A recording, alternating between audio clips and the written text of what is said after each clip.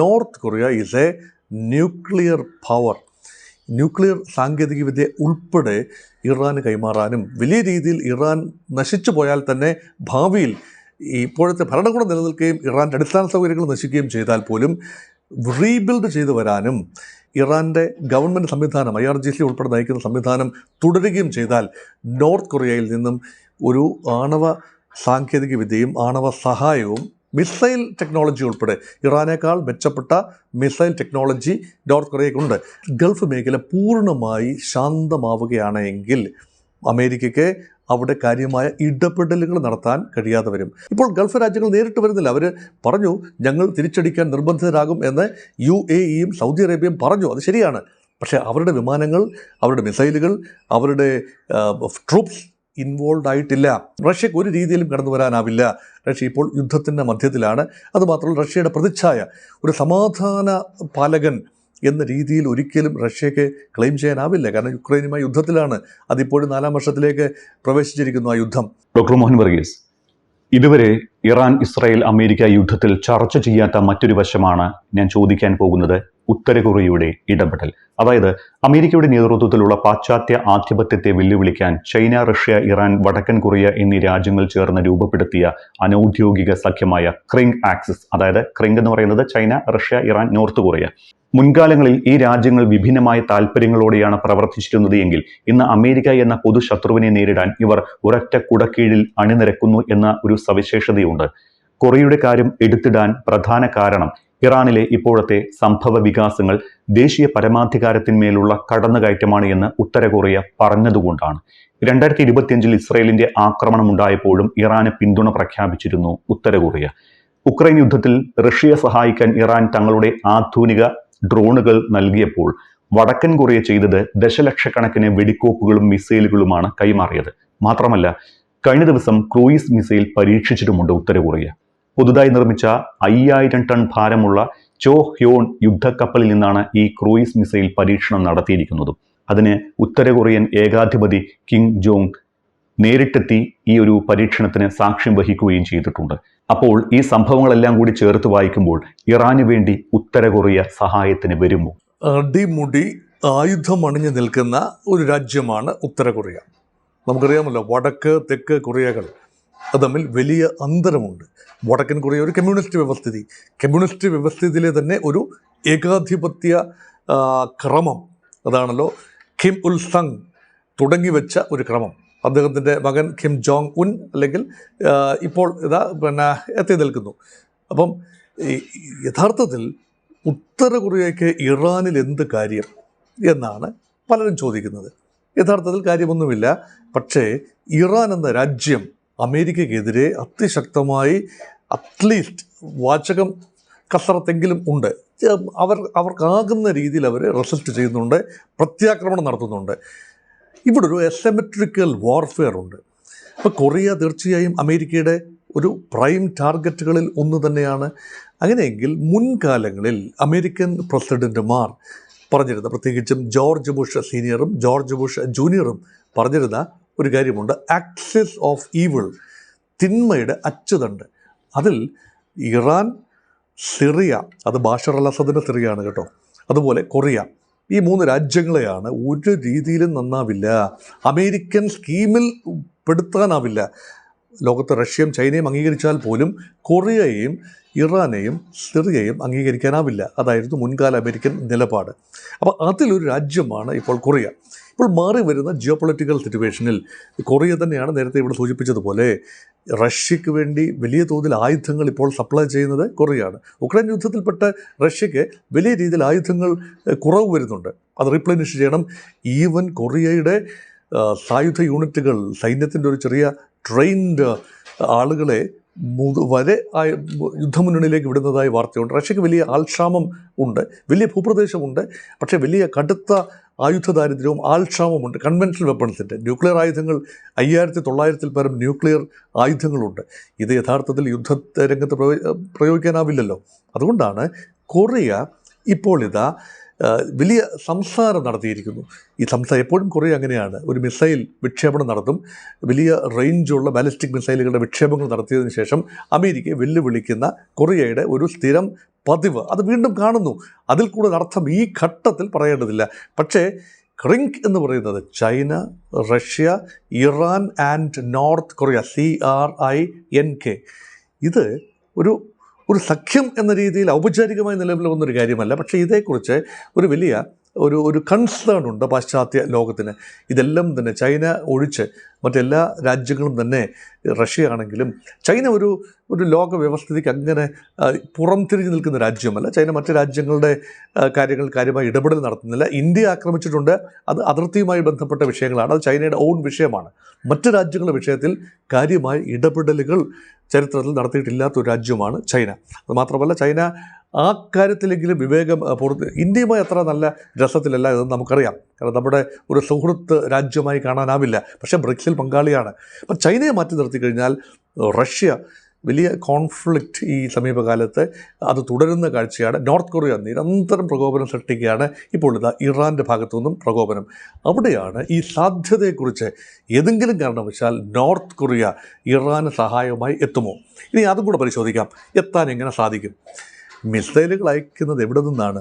North Korea അങ്ങ് വടക്ക് കിഴക്ക് ഏഷ്യയുടെ വടക്ക് കിഴക്ക് മൂലയിൽ കിടക്കുന്ന രാജ്യമാണ് വടക്കൻ കൊറിയ എന്ന് ഓർക്കണം.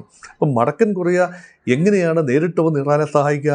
വടക്കൻ കൊറിയയ്ക്ക് കാര്യമായ കപ്പൽ സന്നാഹങ്ങളോ ഈ പേർഷ്യൻ കടലിടുക്ക് വരെ വരാൻ ഗൾഫ് ഓഫ് ഒമാൻ കടന്ന് ഈ പറയുന്ന ഹോർമൂസ് സ്ട്രെയിറ്റ് കടന്ന് പേർഷ്യൻ മേഖലയിലെത്തി അമേരിക്കയുമായി യുദ്ധം ചെയ്യാനുള്ള നാവിക കേപ്പബിലിറ്റി ഉണ്ടാവില്ല. അതുമാത്രമല്ല, ഇവിടെ നോർത്ത് കൊറിയൻ മിസൈലുകളെയാണ് പേടിക്കേണ്ടത്. നോർത്ത് കൊറിയൻ കരസൈന്യം ഏതായാലും മാർച്ച് ചെയ്ത് സൈബീരിയൻ മേഖലയും ചൈനയും മംഗോളിയയും എല്ലാം കടന്ന് ഇവിടെ ഇറാനിലേക്കൊന്നും വരാനാവില്ല. നമുക്കറിയാമല്ലോ, ഭൂമി അത് നോർത്ത് കൊറിയയുടെ സ്ഥാനം അങ്ങനെയല്ലേ. അപ്പോൾ പിന്നെ നോർത്ത് കൊറിയ ഒരു പ്രസ്താവനയ്ക്ക് ഉപരിയായി ഇനി ഏതെങ്കിലും കാരണവശാൽ ലോക മഹായുദ്ധത്തിലേക്കൊക്കെ നീങ്ങുകയാണെങ്കിൽ ഇറാനും റഷ്യയും ചൈനയും നോർത്ത് കൊറിയയും എന്ന രീതിയിലുള്ള വ്യാപകമായ സംസാരം എന്നല്ലാതെ മീനിങ് ഫുള്ളായി ഈ യുദ്ധത്തിൽ നോർത്ത് കൊറിയയ്ക്ക്, വടക്കൻ കൊറിയയ്ക്ക് കിം ജോങ് ഉന്നിൻ്റെ നേതൃത്വത്തിലുള്ള ആ ഒരു സംവിധാനത്തിന് കഴിയില്ല എന്ന് തന്നെയാണ് നിഗമനം. ഇറാന് വേണ്ടി രംഗത്തിറങ്ങുകയോ സഹായം ചെയ്യുകയോ ചെയ്താൽ ഉത്തര കൊറിയയ്ക്ക് എന്തെങ്കിലും നേട്ടമുണ്ടോ? ഉത്തര കൊറിയയ്ക്ക് ഉണ്ടാകാൻ സാധ്യതയുള്ള നേട്ടം ഒന്ന്, കൺസെഷണൽ റേറ്റിൽ ഓയിൽ ഈ യുദ്ധം സമാധാനപരമായി പര്യവസാനിക്കുകയും ഇറാൻ അനുകൂലമായ ഒരു തീരുമാനമുണ്ടാക്കുകയും അതിന് സാധ്യത വളരെ കുറവാണ്. ഇറാൻ്റെ ഭരണകൂടം നിലനിൽക്കുകയും ചെയ്താൽ കൊറിയയോട് വലിയ രീതിയിൽ ഈ അന്ത്രാള ഘട്ടത്തിൽ പരസ്യമായൊരു നിലപാട്, ഇറാൻ അനുകൂല നിലപാട് പറഞ്ഞതിനുള്ള ഒരു നന്ദി സൂചകമായി വളരെ നല്ല ബന്ധം പ്രതീക്ഷിക്കാം. ഇറാനുള്ളത് കയറ്റി അയക്കാനുള്ള വിഭവം എണ്ണ മാത്രമാണ്. നോർത്ത് കൊറിയയ്ക്ക് തീർച്ചയായും റഷ്യയിൽ നിന്നും ആ എണ്ണ ലഭിക്കുകയും ചെയ്യും. ആ തീരപ്രദേശത്തെ പര്യവേഷണം വേറെയാണ്. അതുകൊണ്ട് അല്ലാതെ മറ്റ് വലിയ നേട്ടങ്ങളൊന്നും ഉണ്ടാകേണ്ടതില്ല. പക്ഷേ ഒരു വലിയ സാധ്യതയുണ്ട്. North Korea is A nuclear power. Nuclear സാങ്കേതികവിദ്യ ഉൾപ്പെടെ ഇറാന് കൈമാറാനും വലിയ രീതിയിൽ ഇറാൻ നശിച്ചു പോയാൽ തന്നെ ഭാവിയിൽ ഇപ്പോഴത്തെ ഭരണകൂടം നിലനിൽക്കുകയും ഇറാൻ്റെ അടിസ്ഥാന സൗകര്യങ്ങൾ നശിക്കുകയും ചെയ്താൽ പോലും റീബിൽഡ് ചെയ്തു വരാനും ഈ ലോകത്തുനിന്നെല്ലാം മാറി നിന്നുകൊണ്ട് എറ്റേണലി യുദ്ധം പറ്റില്ലല്ലോ. യുദ്ധം കഴിഞ്ഞൊരു സമാധാനം വരും. പക്ഷേ ദുർബലമെങ്കിലും ഇറാൻ്റെ ഗവൺമെൻറ് സംവിധാനം IRGC ഉൾപ്പെടെ നയിക്കുന്ന സംവിധാനം തുടരുകയും ചെയ്താൽ നോർത്ത് കൊറിയയിൽ നിന്നും ഒരു ആണവ സാങ്കേതിക വിദ്യയും ആണവ സഹായവും മിസൈൽ ടെക്നോളജി ഉൾപ്പെടെ ഇറാനേക്കാൾ മെച്ചപ്പെട്ട മിസൈൽ ടെക്നോളജി നോർത്ത് കൊറിയയ്ക്കുണ്ട്. വടക്കൻ കൊറിയയാണ് ഒരുപാട് സമ്പത്തിൻ്റെ നല്ലൊരു പങ്കം സൈനിക വിന്യാസത്തിന് വേണ്ടി ഈ മിസൈൽ ഡെവലപ്മെൻറ്റിന് വേണ്ടി ഒക്കെ ചെലവഴിക്കുന്ന രാജ്യമാണ് നോർത്ത് കൊറിയ. അതുകൊണ്ട് ആ ഒരു സാധ്യതയുണ്ട്. ഒരു സൈനിക സഹകരണം എന്നതിന് ഉപരിയായ മറ്റ് സഹകരണങ്ങളൊന്നുമില്ല. നോക്കൂ, ആണവ ശക്തി ആയിരുന്നു ഇറാൻ എങ്കിൽ, ഇതൊരു ത്രഷോൾഡ് പവർ മാത്രമാണ്, ആണവശക്തിയായിരുന്നു എങ്കിൽ നോർത്ത് കൊറിയയ്ക്ക് സമാനമായ രീതിയിൽ സുരക്ഷ ലഭിക്കുമായിരുന്നു. വടക്കൻ കൊറിയയെ ആക്രമിക്കാൻ ഒരു രാജ്യവും തയ്യാറാവില്ല, പ്രത്യേകിച്ച് അമേരിക്ക തയ്യാറാവില്ല. കാരണം ഇതൊരു ആണവ ശക്തി എന്ന നിലയിലാണ്. വടക്കൻ കൊറിയയ്ക്ക് ഒരുപക്ഷെ ഈ പസഫിക് സമുദ്രം മുഴുവൻ കടന്ന് അമേരിക്കയുടെ മണ്ണിലേക്ക് മിസൈലുകൾ അയക്കാൻ കഴിയില്ലായിരിക്കാം. അങ്ങനെ കഴിയുമെന്നാണ് അവർ ക്ലെയിം ചെയ്യുന്നത്. എങ്കിൽ പോലും അതിനുള്ള ഒരു പക്ഷേ സാഹചര്യം ഇന്ന് നിലവിൽ ഇല്ല. പക്ഷേ അതൊരു വിപത്താണ്. അമേരിക്കൻ സ്വാധീന മേഖലയായ സൗത്ത് കൊറിയയിലേക്കും ജപ്പാനിലേക്കും ആണവ മിസൈലുകൾ വടക്കൻ കൊറിയയിൽ നിന്നും പായുന്ന രംഗമൊന്ന് ആലോചിച്ച് നോക്കൂ. അങ്ങനെയൊന്നും സംഭവിക്കാതിരിക്കട്ടെ. അങ്ങനെയൊക്കെയുള്ളൊരു സാഹചര്യം ഒഴിവാക്കുന്നതിന് വേണ്ടി ഒരു ആണവ രാജ്യത്തെ പ്രകോപിപ്പിക്കാതിരിക്കാൻ അമേരിക്ക ശ്രമിക്കുന്നു. അതുകൊണ്ടാണ് വടക്കൻ കൊറിയയിൽ ഇപ്പോൾ ഒരു യുദ്ധസമാനമായ സാഹചര്യം ഇല്ലാതിരിക്കുന്നത്. ഇറാനും ആണവശക്തിയായിരുന്നുവെങ്കിൽ, ഇറാൻ ആണവായുധങ്ങൾ യഥാർത്ഥത്തിൽ നിർമ്മിച്ച് അവരുടെ ആണവ ശേഖരത്തിൽ അവരുടെ പോർമുനകളായി ഉപയോഗിക്കാൻ ഉള്ള ത്രാണി ഉണ്ടായിരുന്നു എങ്കിൽ ഒരുപക്ഷെ ഈ സാഹസത്തിന് അമേരിക്ക പുറപ്പെടില്ലായിരുന്നു എന്ന് ചിന്തിക്കുന്ന അനേകർ ഉണ്ട്. ഇവിടെ അറബ് രാജ്യങ്ങളെ കൂടുതൽ സംഘർഷത്തിലേക്ക് വലിച്ചിഴക്കാൻ US-ഉം ഇസ്രായേലും മനഃപൂർവ്വം ശ്രമിക്കുകയാണ് എന്നാണ് റഷ്യ കുറ്റപ്പെടുത്തിയിരിക്കുന്നത്. പ്രതികാര നടപടികളിലേക്ക് അവർ ഇറാനെ മനഃപൂർവ്വം പ്രകോപിപ്പിച്ചു എന്നാണ് റഷ്യയുടെ ആരോപണം. ഇത് ഒരു പരിധിവരെ ശരിയുമല്ലേ? This is the question of provocation, പ്രകോപനം. ആരാണ് പ്രകോപിപ്പിക്കുന്നത്? അമേരിക്കയാണോ ഈ ഗൾഫ് രാജ്യങ്ങളെ പ്രകോപിപ്പിക്കുന്നത്, അതോ ഇറാൻ തങ്ങളുടെ ആക്രമണത്തിലൂടെയാണോ പ്രകോപിപ്പിക്കുന്നത്? ഇതാണ് ചോദ്യം. ഇതിനെ കുറച്ചുകൂടെ ആഴത്തിൽ നമുക്കൊന്ന് പരിശോധിക്കാം. നോക്കൂ, എണ്ണ സമ്പന്നമായ രാജ്യങ്ങളാണല്ലോ GCC. ലോകത്തിന് GCC മേഖലയിൽ, പേർഷ്യൻ ഗൾഫ് മേഖലയിൽ താല്പര്യമുള്ളത് അവിടെ അതിശക്തമായ എണ്ണ നിക്ഷേപമുള്ളതുകൊണ്ടും ഒരു വ്യവസായ താല്പര്യം, അല്ല എങ്കിൽ കച്ചവട സാധ്യത നിലനിൽക്കുന്നത് കൊണ്ടും മാത്രമാണ്. അല്ല എങ്കിൽ ആ പ്രദേശം പൂർണ്ണമായി അവഗണിക്കപ്പെട്ടു പോകുമായിരുന്നു. ചില ആഫ്രിക്കൻ റീജ്യൻ പോലെ മറ്റ് വിഭവങ്ങൾ അധികം ഇല്ല എങ്കിൽ അവഗണിക്കപ്പെടുമായിരുന്നു. അതുകൊണ്ട് എണ്ണയുടെ പേരിൽ തന്നെയാണ് അമേരിക്കയുടെയും അല്ലെങ്കിൽ വികസിത ലോകത്തിൻ്റെ കണ്ണ്. ടെക്നോളജി അറബ് രാജ്യങ്ങൾക്ക് വരണം. അതിന് പകരമായി എണ്ണ വിറ്റ് കിട്ടുന്ന വരുമാനത്തിൻ്റെ ഒരു പങ്ക് ആയുധം വാങ്ങാനായും, അല്ല എങ്കിൽ എണ്ണ പരിവേഷണത്തിന് വേണ്ടി വിദേശ രാജ്യങ്ങൾക്ക്, പാശ്ചാത്യ രാജ്യങ്ങൾക്ക് അവസരമൊരുക്കുകയും എല്ലാം ലഭിക്കുന്ന ഒരു അന്തരീക്ഷം. അതുകൊണ്ട് അരക്ഷിത ബോധം അവിടെ ഉണ്ടാകണം. ഇത് അമേരിക്കയുടെ ആവശ്യമാണ്. ഒരു ക്രൂരമായ വിനോദമായി അതിനെ തോന്നാം. ഗൾഫ് മേഖല പൂർണ്ണമായി ശാന്തമാവുകയാണ് എങ്കിൽ അമേരിക്കയ്ക്ക് അവിടെ കാര്യമായ ഇടപെടലുകൾ നടത്താൻ കഴിയാതെ വരും. അമേരിക്ക അതിൽ നിന്ന് മാറിക്കിടക്കുന്ന ഒരു സ്ഥലമല്ലേ, ഏറെ ദൂരെ ഭൂമിശാസ്ത്രപരമായി ഏറെ അകലം പാലിക്കുന്ന ഒരു സ്ഥലമല്ലേ. അപ്പോൾ ഗൾഫ് മേഖല എന്നത് അമേരിക്കയുടെ ഒരു ബാക്ക്യാർഡ് പോലെ ആയി വരുന്നതിൻ്റെ പിന്നിൽ ഇങ്ങനെയുള്ള താല്പര്യങ്ങളാണുള്ളത്. അതുകൊണ്ടാണ് പരമാവധി താവളങ്ങൾ ഉറപ്പിക്കുന്നത് വഴി ഇറാൻ്റെ ശത്രുത നേടിയെടുക്കാമല്ലോ. നേടിയെടുക്കുന്നത് ഒരു കഴിവാണ്. ഇറാൻ്റെ ശത്രുത നേടിയെടുക്കുകയും അങ്ങനെ ഇറാനെ നിരന്തരം പ്രകോപിപ്പിച്ച് ആക്രമണത്തിന് വേണ്ടി സജ്ജമാക്കുക. ഇത് അമേരിക്കൻ തന്ത്രമാണ്. അതേസമയം ഇറാനും സമാനമായ മറുതന്ത്രമാണുള്ളത്. ഇതിന് നേരെ മറുവശം നോക്കൂ. പരമാവധി ഗൾഫ് രാജ്യങ്ങളെ പ്രകോപിപ്പിക്കുക. നിങ്ങൾ അമേരിക്കയ്ക്ക് താവളം നൽകിയതുകൊണ്ടല്ലേ ഞങ്ങൾ ആക്രമിക്കുന്നത്? ഇറാൻ ഇപ്പോൾ പറഞ്ഞിരിക്കുന്നത്, ഞങ്ങൾ നിങ്ങളുടെ അമേരിക്കൻ താവളങ്ങളിലേക്ക് മാത്രമാണ് ആക്രമണം, ഇവിടങ്ങളിൽ ഉണ്ടാകുന്ന ആക്രമണങ്ങൾ എന്ന് നിങ്ങൾ പറയുന്ന കാര്യങ്ങൾ അബദ്ധത്തിൽ സംഭവിച്ചു പോകുന്നതാണ്. ഇറാൻ പറയുന്നു, കഴിഞ്ഞ ദിവസത്തെ ഒരു സ്റ്റേറ്റ്മെൻറ്റാണ്, ഇറാൻ പറയുന്നു, ഖത്തറിൻ്റെ ജനവാസ മേഖലകളിലേക്ക് ഞങ്ങൾ മിസൈൽ അയച്ചിട്ടില്ല. ഞങ്ങൾ അൽ ഉദൈദ് വ്യോമതാവളം, അത് അമേരിക്കയുടെ താവളമാണ്, അവിടേക്ക് മാത്രമാണ് മിസൈലുകൾ പായിച്ചിട്ടുള്ളത്. അതുപോലെ സുഹൃത്ത് രാജ്യമാണ് ഇറാനെ സംബന്ധിച്ചിടത്തോളം, സൗഹൃദ രാജ്യമാണ് ഒമാൻ്റെ തുറമുഖങ്ങൾ ഞങ്ങൾ ആക്രമിച്ചിട്ടില്ല. അപ്പോൾ ഇറാൻ പറഞ്ഞു വയ്ക്കുന്നത് ഒരുപക്ഷെ ഒരു സാധ്യതയാണ്. അമേരിക്ക തന്നെ ചില ആക്രമണങ്ങൾ അല്ലെങ്കിൽ വ്യാജ ആക്രമണങ്ങൾ സംഘടിപ്പിക്കുന്നു, ഇത് വ്യാജ നറേറ്റീവ് കൊടുക്കുന്നു. ഇപ്പോൾ ഇറാൻ പറയുന്ന മറ്റൊരു കാര്യമുണ്ട്, ഇറാൻ്റെ സ്കൂള് തകർത്തത്. ഇതിനെക്കുറിച്ചും ഇതിനെക്കുറിച്ച് വലിയ നിറം പിടിപ്പിച്ച കഥകൾ പറയുന്നുണ്ട്. അതുകൊണ്ട് ഒരുപാട് നറേറ്റീവ്സ് വരുന്നുണ്ട് ഇവിടെ. അതുകൊണ്ട് അമേരിക്ക തന്നെയാണ് ഈ സാഹചര്യം ഒരുക്കിയെടുത്തത് എന്ന് ഇറാൻ പറയുമ്പോൾ അതിനും കുറച്ചൊക്കെ ട്രാക്ഷൻ ലഭിക്കുന്നുണ്ട്. അതുകൊണ്ട് ഈ ഗൾഫ് രാജ്യങ്ങൾ യഥാർത്ഥത്തിൽ ചെകുത്താനും ചെങ്കടലിനും ഇടയിൽ പെട്ടു എന്ന് പറയുന്നതാവാം ശരി. അവരുടെ സുരക്ഷയ്ക്ക് വേണ്ടി എന്ന് പറയുന്ന സുരക്ഷാ ചുമതലയുള്ള അമേരിക്ക പൂർണ്ണമായി സുരക്ഷ നൽകാൻ അമേരിക്കയ്ക്കാവില്ല. സാമ്പത്തിക കേന്ദ്രങ്ങളിൽ പൂർണ്ണ സുരക്ഷ നൽകാനാവില്ല. അമേരിക്കൻ താവളങ്ങൾ സംരക്ഷിക്കേണ്ടതുണ്ട്. പക്ഷേ ഗൾഫ് രാജ്യങ്ങളുടെ എല്ലാം ഭൂമി പൂർണ്ണമായും സംരക്ഷിക്കാൻ അമേരിക്കയുടെ വ്യോമ പ്രതിരോധ സംവിധാനങ്ങൾ ഒരുപക്ഷെ പോരാതെ വരും. അതുകൊണ്ട് ഇപ്പോൾ ഇറാൻ്റെ പ്രഹരശേഷി കുറവായതുകൊണ്ട്, ഇത്രയും രാജ്യങ്ങൾക്കെതിരെ പോരാടി നിൽക്കാൻ ഇറാന് കരുത്തില്ലാത്തതുകൊണ്ട്, ഇറാന് വ്യോമസേന കാര്യമായി ഇല്ലാത്തതുകൊണ്ടും മിസൈൽ കൊണ്ടും ഡ്രോൺ കൊണ്ടും മാത്രം നൽകാവുന്ന പ്രഹരം വളരെ പരിമിതമായതുകൊണ്ടും മാത്രമാണ് ഗൾഫ് മേഖലയിൽ കാര്യമായ നാശനഷ്ടങ്ങൾ ഉണ്ടാകാത്തത്. അതുമാത്രമല്ല, ഇറാൻ ഇപ്പോൾ സിംബോളിക്കായിട്ട് മാത്രമേ പ്രതികരിക്കൂ. ആത്യന്തികമായി ഗൾഫ് രാജ്യങ്ങൾക്കെതിരെ ആ രീതിയിൽ ഇറാന് പറയാനൊന്നും തന്നെയില്ല. സൗദിയുമായി ചില മൂപ്പുളമ തർക്കങ്ങളുണ്ട്, അത് സ്വാഭാവികമാണ്. പക്ഷെ അതുകൊണ്ട് വളയ്ക്കുകയേ ചെയ്യൂ. ഒടിക്കാൻ ഇറാനും തയ്യാറാവില്ല എന്ന ചിന്ത ഗൾഫ് രാജ്യങ്ങൾക്കുണ്ട്. ഒടിക്കാൻ തക്ക ശക്തി ഇറാൻ ഒരു പക്ഷേ ഉണ്ടാവില്ല. അതുകൊണ്ട് ഗൾഫ് രാജ്യങ്ങൾ സംയമനം പാലിക്കുന്നതിൻ്റെ ഒരു അണ്ടർസ്റ്റാൻഡിങ് ഇപ്പോൾ ഗൾഫ് രാജ്യങ്ങൾ നേരിട്ട് വരുന്നില്ല. അവർ പറഞ്ഞു ഞങ്ങൾ തിരിച്ചടിക്കാൻ നിർബന്ധിതരാകും എന്ന് UAEയും സൗദി അറേബ്യയും പറഞ്ഞു. അത് ശരിയാണ്. പക്ഷേ അവരുടെ വിമാനങ്ങൾ, അവരുടെ മിസൈലുകൾ, അവരുടെ ട്രൂപ്സ് ഇൻവോൾവ് ആയിട്ടില്ല. പരമാവധി സംഭവിക്കാൻ സാധ്യത അടുത്ത ഘട്ടത്തിലേക്ക് വരുമ്പോൾ ഈ താവളങ്ങൾ, അമേരിക്കയുടെ താവളങ്ങൾ ഇപ്പോൾ ഉപയോഗശൂന്യമാണ്, ഉപയോഗിക്കാൻ അനുവാദമില്ല, അതുകൂടി ഉപയോഗിച്ചുകൊള്ളൂ എന്നുള്ള ഒരു പെർമിഷൻ ഗൾഫ് രാജ്യങ്ങൾ കൊടുക്കുമ്പോൾ യഥാർത്ഥത്തിൽ അവർ കൂടി രംഗത്തേക്ക് കൂടുതലായി വരികയാണ്. ഇറാൻ ആഗ്രഹിക്കുന്നതും ഒരുപക്ഷെ ആ ഒരു ടേൺ ഓഫ് ഇവൻ്റ് ആകും. അതുകൊണ്ട് മാക്സിമം എസ്കലേഷൻ, വ്യാപനം, ഇതാണ് ഒരുപക്ഷെ രണ്ട് കൂട്ടരും ഇപ്പോൾ ആഗ്രഹിക്കുന്നത്. യുദ്ധത്തിന് പരിസമാപ്തി ഉണ്ടാകണമെങ്കിൽ ഏതെങ്കിലും ഒരു വിഭാഗം എസ്കലേഷൻ മോഡിൽ നിന്നും മാറി ഒരു കൺസോളിഡേഷൻ മോഡിലേക്ക്, ശാന്തതയിലേക്ക്, ഡി എസ്കലേഷനിലേക്ക് വരേണ്ടതുണ്ട്. ആ സൂചനയൊന്നും ഇപ്പോൾ ഈ നിമിഷം കാണുന്നില്ല. കഴിഞ്ഞ ദിവസം വന്ന ഒരു റിപ്പോർട്ട് ചൈന മധ്യസ്ഥ ചർച്ചയ്ക്ക് തയ്യാറാണ് എന്ന് പറഞ്ഞതാണ്. ശരിക്കും ചൈനയും റഷ്യയും ഇറാന് വലിയ പിന്തുണ നൽകിയിട്ടില്ല ഇതുവരെ. ഇനി നൽകുമോ എന്ന കാര്യത്തിൽ വ്യക്തതയുമില്ല. യുദ്ധം കൂടുതൽ രൂക്ഷമായാൽ ഈ രാജ്യങ്ങൾക്ക് കയ്യും കെട്ടി നോക്കി നിൽക്കാൻ പറ്റുമോ? ന്യായമായ ചോദ്യമാണ്. എന്താണ് ചൈനയ്ക്കും റഷ്യയ്ക്കും ചെയ്യാനാവുക എന്നത്? നമുക്കറിയാമല്ലോ, റഷ്യയോ ചൈനയോ അമേരിക്കയുമായി ഈ യുദ്ധത്തിൽ ഒരു രീതിയിലും സഹകരിക്കുന്ന രാജ്യങ്ങളല്ല. അമേരിക്ക നടത്തുന്ന ഈ പോരാട്ടത്തെ തീർച്ചയായും അപലപിക്കുന്ന രാജ്യങ്ങളാണ്. പക്ഷേ അപലപിക്കുക എന്നത് വാക്ധോരണി മാത്രമാണ്.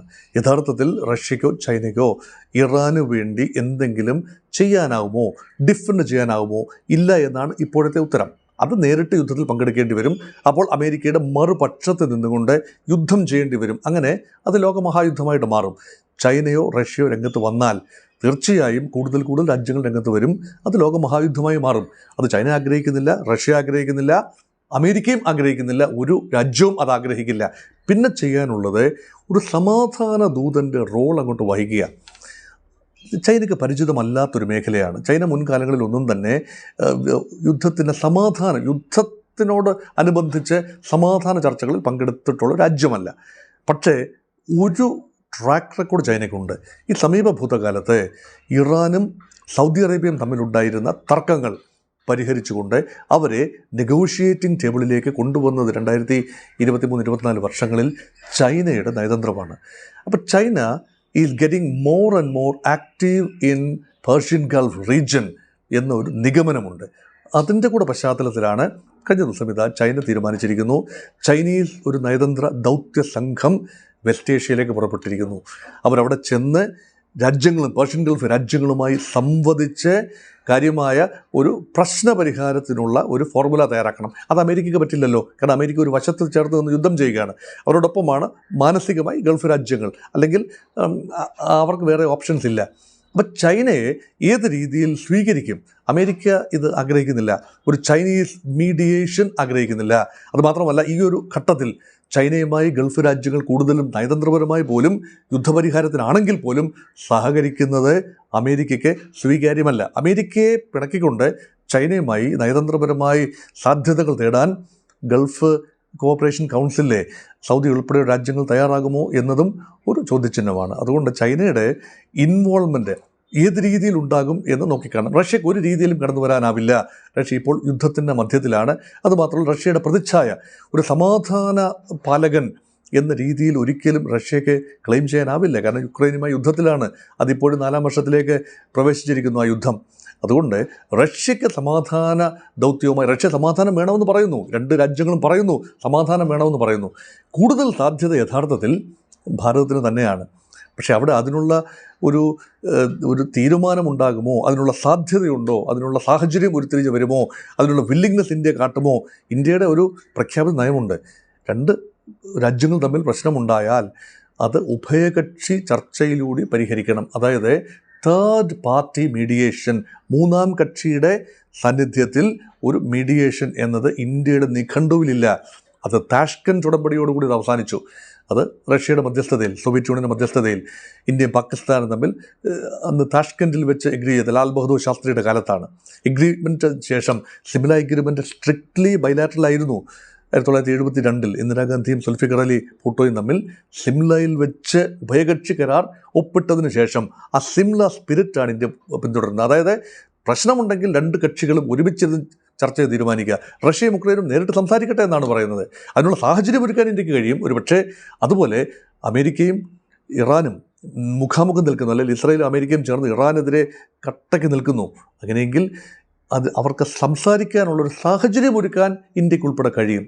ആ സാധ്യതയാണ്. കാരണം നിലവിൽ ഇന്ത്യ അല്ലാതെ ഒരു രാജ്യത്തിനും ആ ഒരു രീതിയിലുള്ള നിഷ്പക്ഷത അവകാശപ്പെടാനില്ല. പക്ഷേ ഇന്ത്യയുടെ പോലും നിഷ്പക്ഷത തലനാരിഴ കീറി പരിശോധിക്കുമ്പോൾ ലേശം അമേരിക്കൻ ഇസ്രായേലി പക്ഷത്തേക്ക് ചാഞ്ഞു നിൽക്കുന്നില്ലേ എന്ന് നിരീക്ഷിക്കുന്നവരാണ് അധികം. അത് വിമർശനമായും നിരീക്ഷണമായും അതൊരവസ്ഥയായും ഒക്കെ തന്നെ കണ്ടുകൊണ്ട് ഇന്ത്യ ഒരുപക്ഷെ മൗനം പാലിക്കുന്നു എന്നതാണ്. പക്ഷേ ഇന്ത്യക്ക് ഓയിൽ ഇൻട്രസ്റ്റ് ഉണ്ട്. ഒരു രീതിയിലുള്ള മറ്റ് ചില സാമ്പത്തിക ഇടപെടലുകൾ വേണ്ടി വന്നാൽ അതിന് തയ്യാറാണ്. ഇപ്പോൾ നിലവിൽ ഇന്ത്യ ഗൾഫ് രാജ്യങ്ങളുമായി ഒരു ഐക്യദാർഢ്യം പ്രഖ്യാപിക്കുകയും ആക്രമണ വിധേയമാകുന്ന ഗൾഫ് രാജ്യങ്ങളുമായി നിരന്തരം സംസാരിച്ചു കൊണ്ടിരിക്കുകയും ചെയ്യുന്നു എന്നതാണ്. കപ്പൽ ആക്രമണം ഉൾപ്പെടെ ഇന്ത്യയുടെ സമുദ്ര അതിർത്തിക്ക് തൊട്ടു വെളിയിൽ ഉണ്ടായപ്പോൾ കാര്യമായി ഇന്ത്യ പ്രതികരിക്കാതിരുന്നത് അമേരിക്കയെ പ്രവോക്ക് ചെയ്യാതിരിക്കാൻ വേണ്ടി കൂടായിരിക്കണം. അതിനെക്കുറിച്ച് വലിയ രീതിയിലുള്ള സംസാരമുണ്ട് ഇന്ത്യയിൽ. ഇന്ത്യയുടെ പ്രതിപക്ഷങ്ങൾ ആഞ്ഞടിച്ചിരിക്കുന്നു. വലിയ വിമർശനങ്ങളാണ് വരുന്നത്. പക്ഷേ ഇന്ത്യ ആക്റ്റീവായി പ്രശ്നപരിഹാരത്തിനായി ഈ സമയത്ത് രംഗത്ത് വരാൻ തയ്യാറാവുന്നില്ല എന്നതാണ് യാഥാർത്ഥ്യം.